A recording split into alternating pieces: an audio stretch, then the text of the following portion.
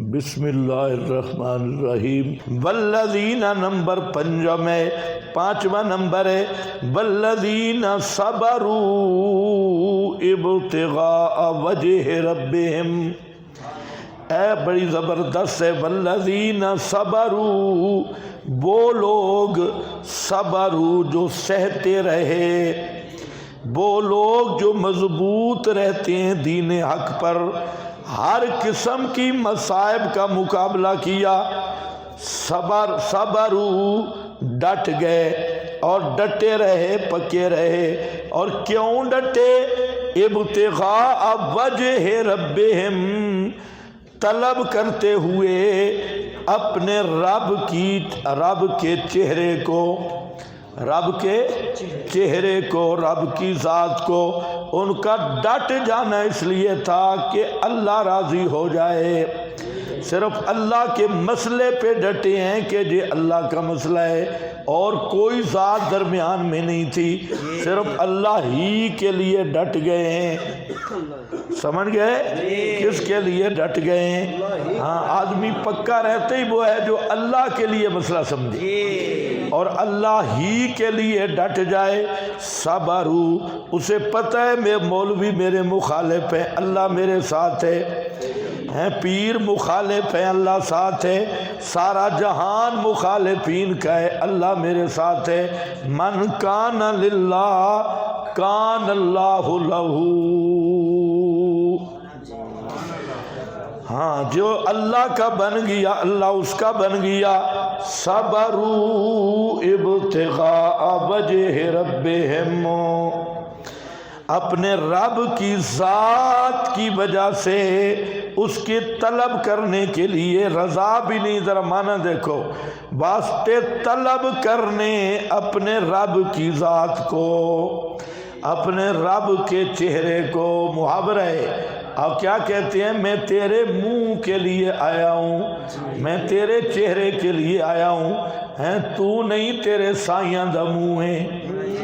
پنجابی والے کہتے ہیں تو نہیں تیرے سائیاں دا منہ ہے۔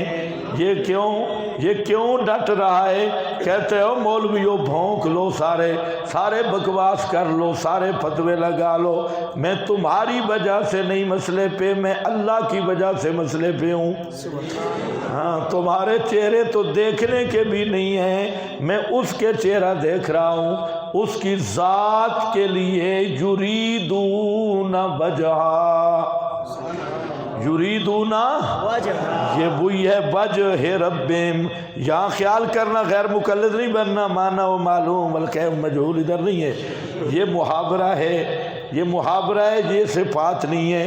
ابتغاء وجہ ربہم واقاموا الصلاۃ، اور نمبر 6 قائم رکھتے ہیں نماز کو، وانفقوا، اور نمبر 7 اور خرچ کرتے رہتے ہیں، مما رزقناہم، کچھ اس سے کہ ہم نے انہیں رزق دیا، سرًا و علانیہ، سرًا کبھی چھپا کر کبھی ظاہر کر کے، جس طرح موقع دیکھتے ہیں۔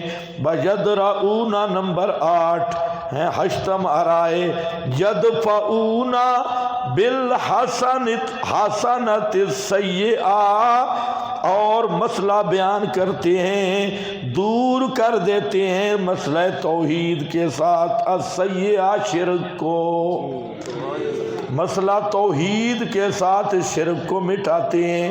مسئلہ توحید بیان کر کے اوپر لکھا ہے، مجھ پہ ناراض ہونے کی ضرورت نہیں، البحر المحیط کا حوالہ ہے۔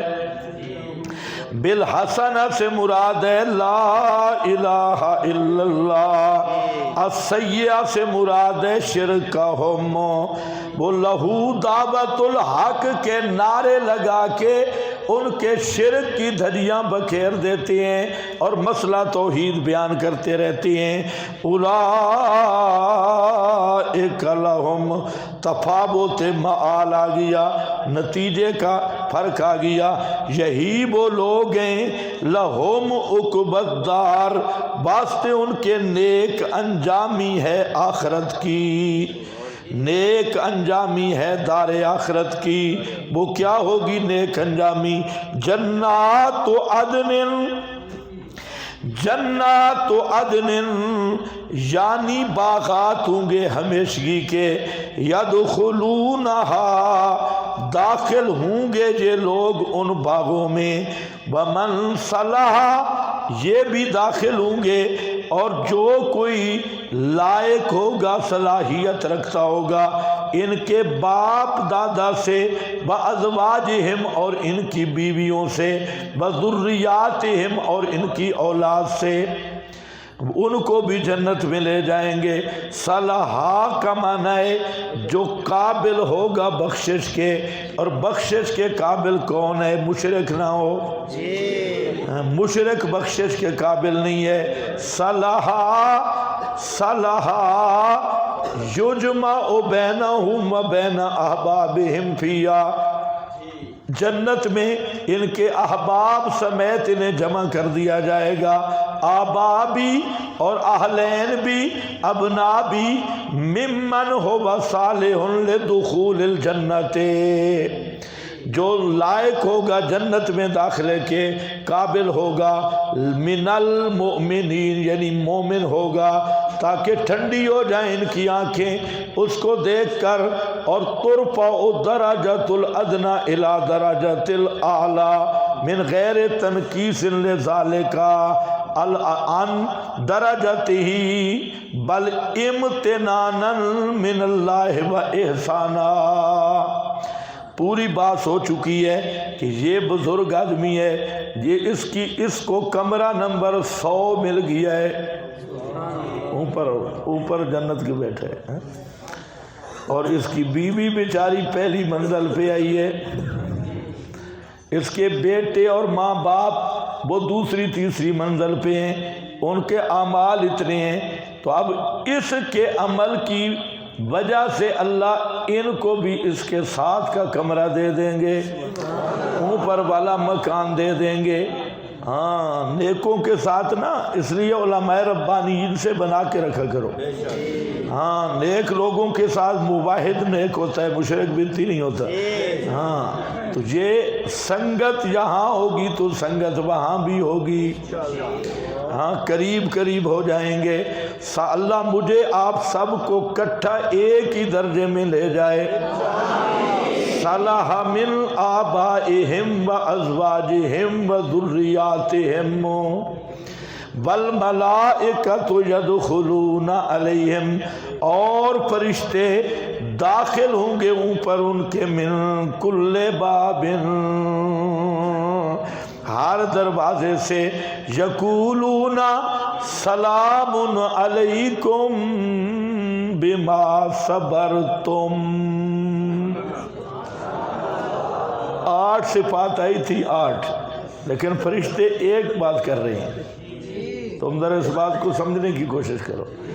ان کی 8 صفات بیان ہوئی ہیں بڑی بڑی، لیکن کیا کہیں گے؟ خراج تحسین کس پہ ہے؟ سلام علیکم، سلامتیاں ہوں اوپر تمہارے، بما صبرتم، بسبب اس کے کہ تم توحید پہ ڈٹ کے رہے تھے، بما صبرتم مضبوط رہے تھے دین حق پر۔ بڑے مولویوں نے گٹے ٹھکورے، بڑے پیروں نے لالچ دیے ہیں، بڑے لوگ تمہیں ڈراتے رہے، بڑے لوگ تمہیں راستے سے ہٹاتے رہے، بڑے بڑے ملا تمہیں لالچ دیتے رہے، لیکن تم کون تھے؟ صبر تم ڈٹ گئے مسئلہ توحید پہ، اور پک گئے مسئلہ توحید پہ، اور اسی پہ تم پکے رہ گئے ہیں۔ اللہ ہم سب کو اس کی توفیق دے۔ ساری جنت مل رہی ہے بما صبرتم، اور سب سے مشکل مسئلہ بھی ہے صبرتم۔ ہاں یہاں سے جاتے ہیں، کوئی سامری مل جاتا ہے، کوئی بڑا سامری کوئی چھوٹا، پھر یاد آتا ہے میں لگے رہے۔ ابھی قرآن صحیح دیکھو، پھر شیطان تمہارے گٹے ٹھکورے گا، میں لگے رہے میں۔ ہاں بھائی دیکھو، بما صبرتم فنعم عقبی الدار، بڑا اچھا ہے انجام اس جہان کا۔ فنعما واہ واہ عقبی الدار، انجام ہے اس جہان کا، کیا اچھا انجام ہوگا وہاں پر جب اللہ سب کو یہی پیغام دے گا کہ سلام علیکم واہ حسین علی۔ ہاں واہ حسین علی، سارے مولوی تیرے مخالف تھے، دارالعلوم دیوبند والے بھی تیرے مخالف تھے، دارالعلوم بریلی والے بھی تیرے مخالف تھے، اپنے بھی تیرے مخالف تھے، تو نے اپنے گھر بھی چھوڑ دیا پر مسئلہ نہیں چھوڑا، جنگل میں ڈیرے لگا کے بیٹھا پر مسئلہ نہیں چھوڑا، اور وہاں تو نے میرے قرآن کو پیغام پوری دنیا تک پہنچا دیا جنگل میں بیٹھ کے۔ ہاں واہ شیخ القرآن مولانا محمد طاہر، پٹھانوں کو قرآن سمجھا دیا ہے، مارے بھی کھائیں، پتھر بھی برداشت کیے اور گالیاں بھی برداشت کی، سب سے کٹ گیا لیکن مسئلے پہ ڈٹ گیا۔ صبر تم بما صبر تم، ہیں استاد بھی سامنے آیا تو نہیں چھوڑا، بما صبر تم، کوئی اور پشتی آ گیا تو اس کی بھی پشتی لگا دی، بما صبر تم، ہیں کوئی کسی کو مسئلے میں برداشت نہیں کیا۔ ہاں شیخ القرآن غلام اللہ خان صبر تم، تو ڈٹ گیا، عنایت اللہ شاہ تو ڈٹ گیا، صبر تم، سب کو یہی فرشتے کہیں گے اب یہ جنت ہے بما صبر تم۔ کیا ہے؟ من صلحا سلام علیکم بما صبرتم فنعم عقبی الدار۔